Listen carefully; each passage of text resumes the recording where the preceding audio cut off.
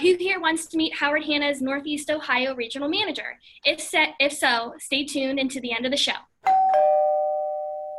Welcome to The Real Tea, my weekly segment where I spill the tea on what's happening in real estate. And I'm here today with Alicia Kosec, Howard Hanna's Northeast Ohio Regional Manager. Hi, everyone. Hi, thank you so much for being on the show today, Alicia. Sure. Yeah. So to start off, we're going to do some icebreakers, get going before we hit some of those main questions. Sure. It's going to be this or that. So you're going to pick one or the other. Oh, fun. Okay. Yeah. So do you prefer coffee or tea? Coffee. Coffee? Okay, same. I'm a big Absolutely. Coffee drinker. Yep. Yeah. All the way. Not a big coffee drinker, but I just prefer it. Yeah. Okay. Yeah, I'm at least 3 cups a day. So. Oh, no. Yeah. I'm 1 or 2. Oh. All right. Next question. Are you a dog person or a cat person? Oh, dog. We have 2 dogs. We've always had 2 dogs. So yeah. Dog. Okay. Me too. I'm also a dog person. Yeah. We have a cat. He's all right. Not my favorite, but he's a good cat. I'm afraid of cats. That's probably not a good thing to say, but you can give me a big German Shepherd and I'm fine, but I'm afraid of cats. I don't know why. Yeah, they're like sneaky or something. I don't know. It's something about it. Yeah. All right, next question. Marshalls or TJ Maxx? TJ Maxx, absolutely. Okay. Me too, especially since our Youngstown location got the Home Goods attached to it. Yeah, it's really nice. Yeah. There's a TJ's up in Cleveland that I go to all the time on Chagrin Boulevard. It's really nice too. Oh, that's nice. Yeah. Well, thank you so much for being on the show today. And as I said before, Alicia is the Northeast Ohio Regional Manager for Howard Hanna, correct? Mm-hmm. Okay. So why don't you tell us a little bit about how long you've been at Howard Hanna? Has that been the only agency you've worked with your entire career? No. So I started with a very small agency called David B. Roberts. It's not in existence anymore. I was friends with the broker, Dave Roberts. He was also a builder in Poland. And I got my license in 98. And he quickly sold off after I got my license to a franchise.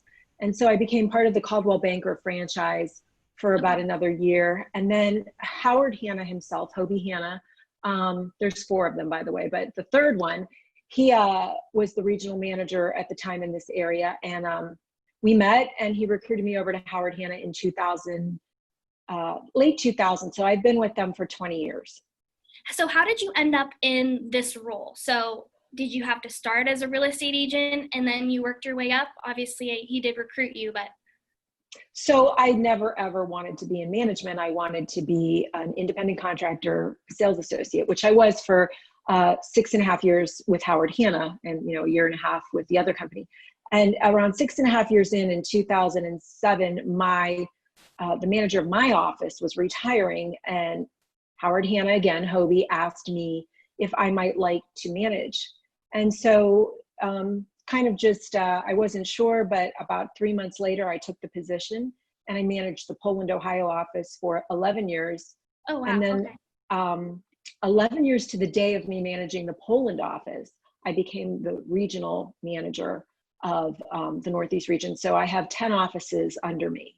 So what are some of your day-to-day roles, some of your day-to-day tasks that you have to do as manager? So I'm always checking to see, what new listings come into our market from our agents, the new sales. I am, I'm the communicator from the top of the company to our managers who each one manages a branch office. And then they kind of, take that communication into their agents. On Tuesdays, I hop on meetings because we have our sales meetings on Tuesdays.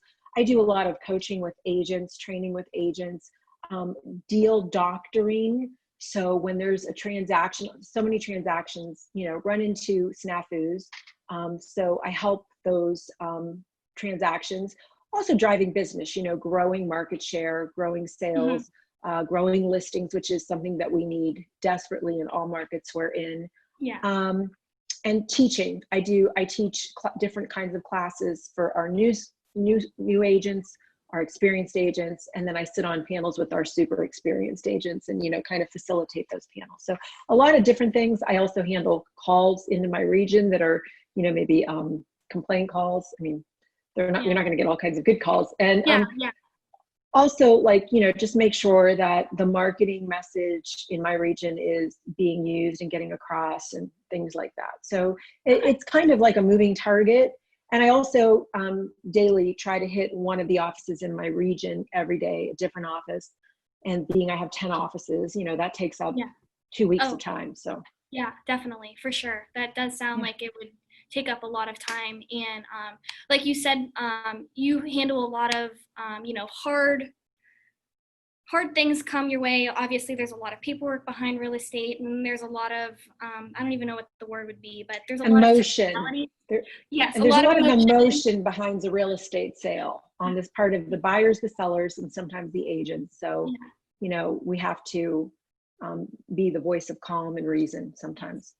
So with that being said, what is probably one of the hardest things you've had to overcome in your career so far, having to deal with, you know, contracts and you know, like legal things behind that? Like, what is one of the hardest things that you've ever had to deal with in a transaction? I would say in general, it's expectations of whether it's clients or agents that are just impossible to be met.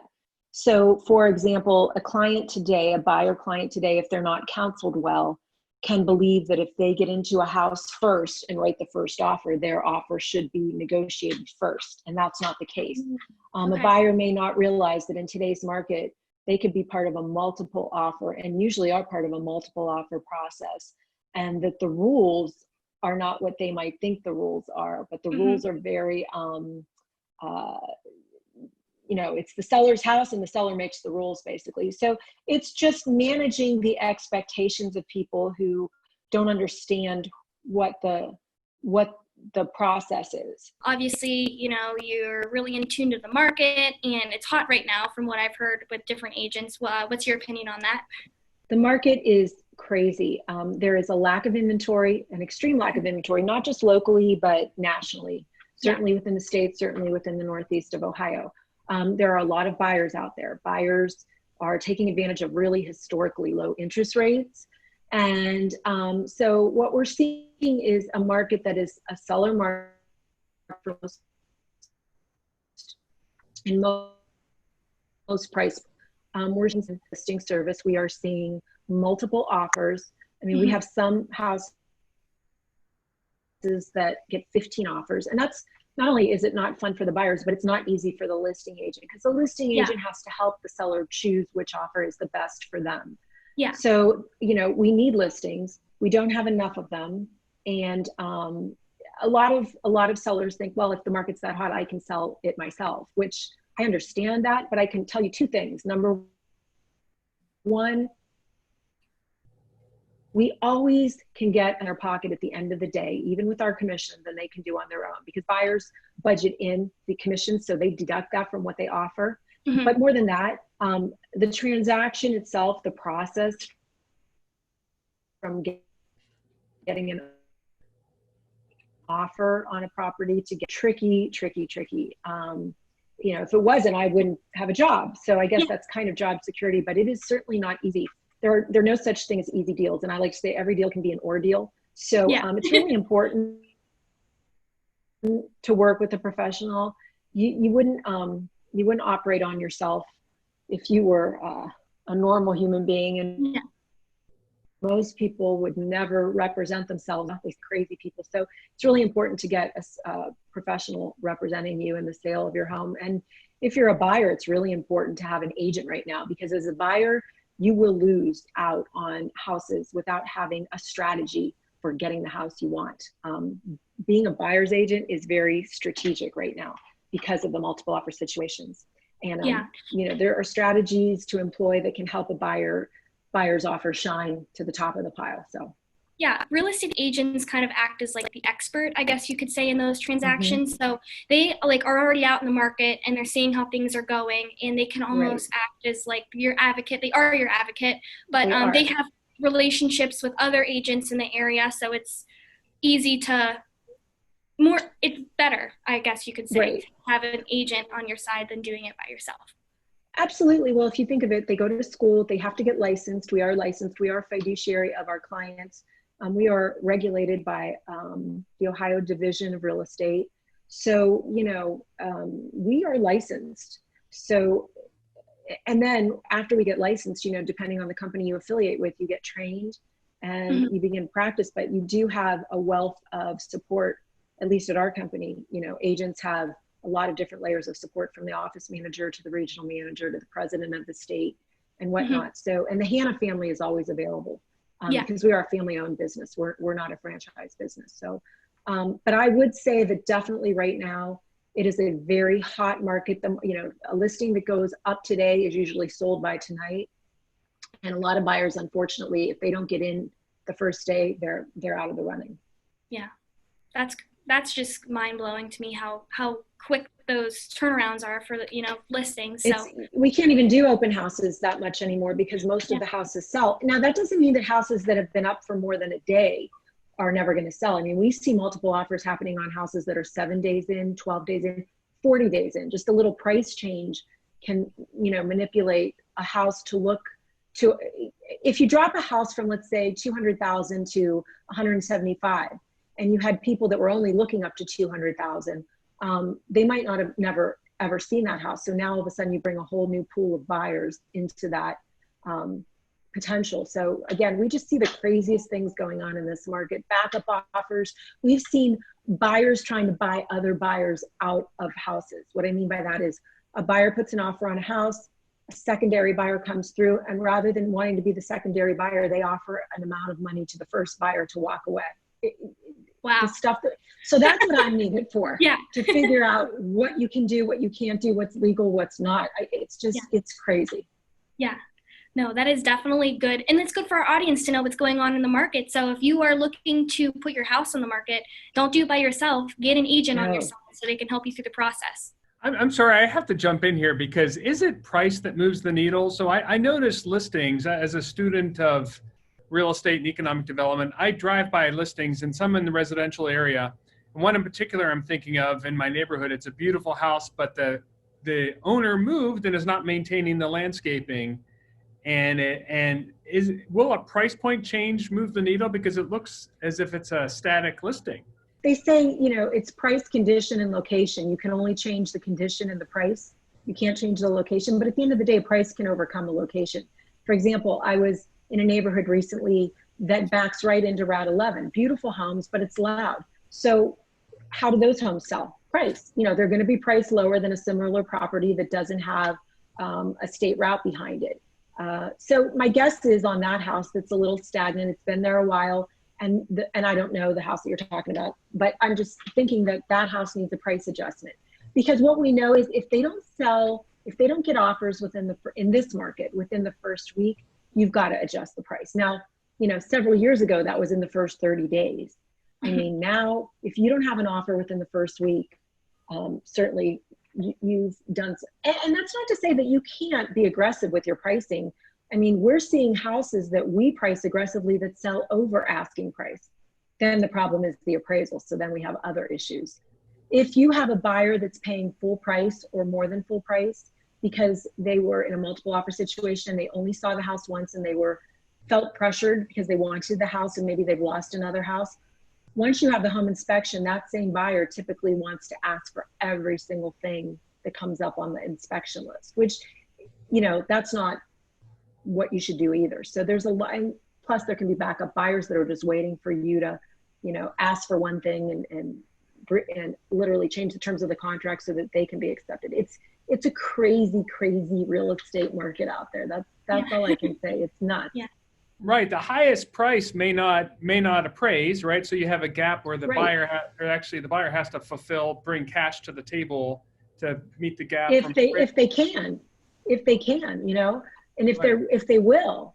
So sometimes if buyers have loans, obviously cash offers are the best and they usually win the day.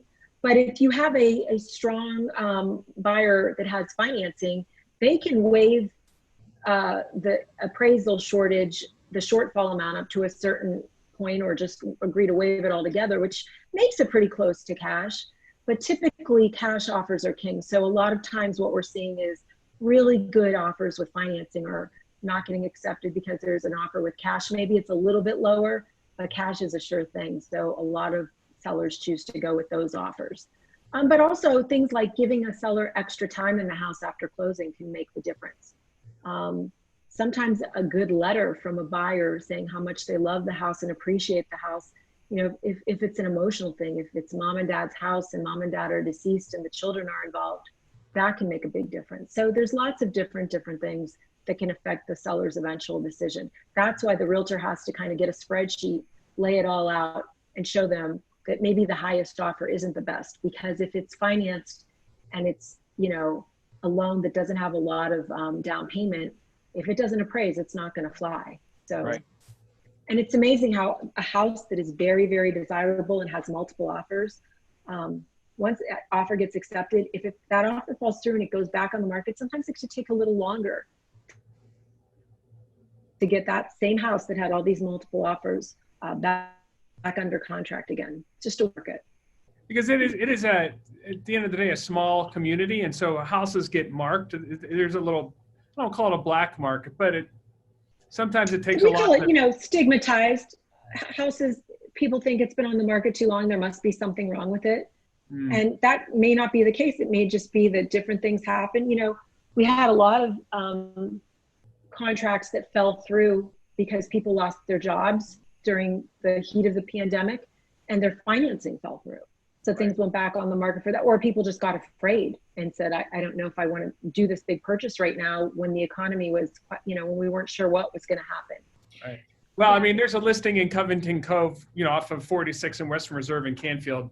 It's a very desirable neighborhood, but the weeds in front of this house are as tall as me, and I'm 6 feet something. So that's an issue. So absentee that seller tells me either the seller's absentee seller or home may have been abandoned and going into foreclosure. Something like that could be happening too. Because typically, and I know that development well, and it's a high-end development, typically sellers, even if they're gone, they still maintain it.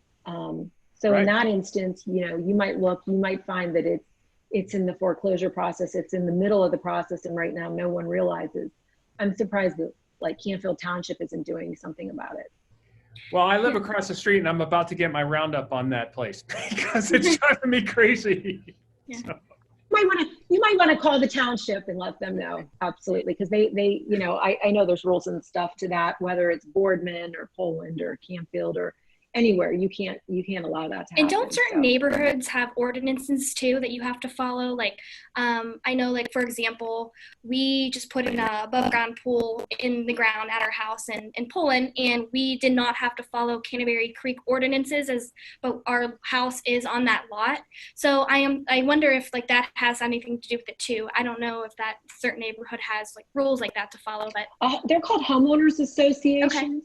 Yeah, the homeowners association can have rules. So a lot of newer developments have homeowners associations, and they have rules. Maybe you can't put an outside shed. You know, you can only put an outbuilding that matches the home, which ends up being very expensive. You can't put an out of ground pool. You can't put chain link fences. You have to maintain the landscaping. You can't have a clothesline. That's a big no-no in a lot of modern developments. No laundry hanging outside. Yeah. So there are, you know, every development is different, but maintaining in a development like Covington, I know that the homeowners association certainly has rules and regs, and one of them is definitely keeping, you know, the landscaping maintained. Yeah. Right. And you can't build a second building without it matching the first. So you can't build an extra garage or a shed. You can't do a shed. It has to look, and you have to get the homeowners association approval. And it has to basically look like, you know, a smaller version of your house. So that gets really expensive really fast. Oh, I know. Especially if your building materials are out of date. So. Right. Which is why you want to make sure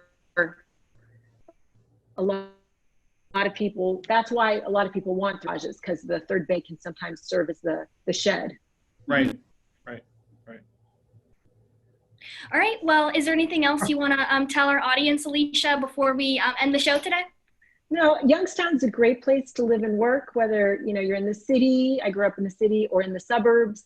We're really lucky. We're blessed. I have children that live in California and in Pittsburgh, and our housing is so affordable. What you can get here compared to what you can get there is incredible. So we're really blessed, and we're a great community, and we want to keep our kids here. You know, like my 4 kids are gone, but we want to keep young people like you here, and there's a lot going on. So I Yeah. think we have a thriving community, and we're going to continue to for a long, long time. Yeah, I can definitely agree to that. So, all right. Well, thank you so much for being on the show today. And if anyone has any questions, we could have your contact information. You can contact me. And if anyone else is interested on being on the Realty, definitely reach out. And yeah, I think that's it for today. And don't forget to visit businessjournaldaily.com. We've stopped publishing the real estate transactions, but I will definitely do that next week since it'll be towards the end of the month. So thank you everyone for tuning in today. And thank you, Alicia. Thanks, Abby. Thanks, Abby. Thanks, Jeff. Okay, bye-bye. Good to talk to you both. Bye-bye.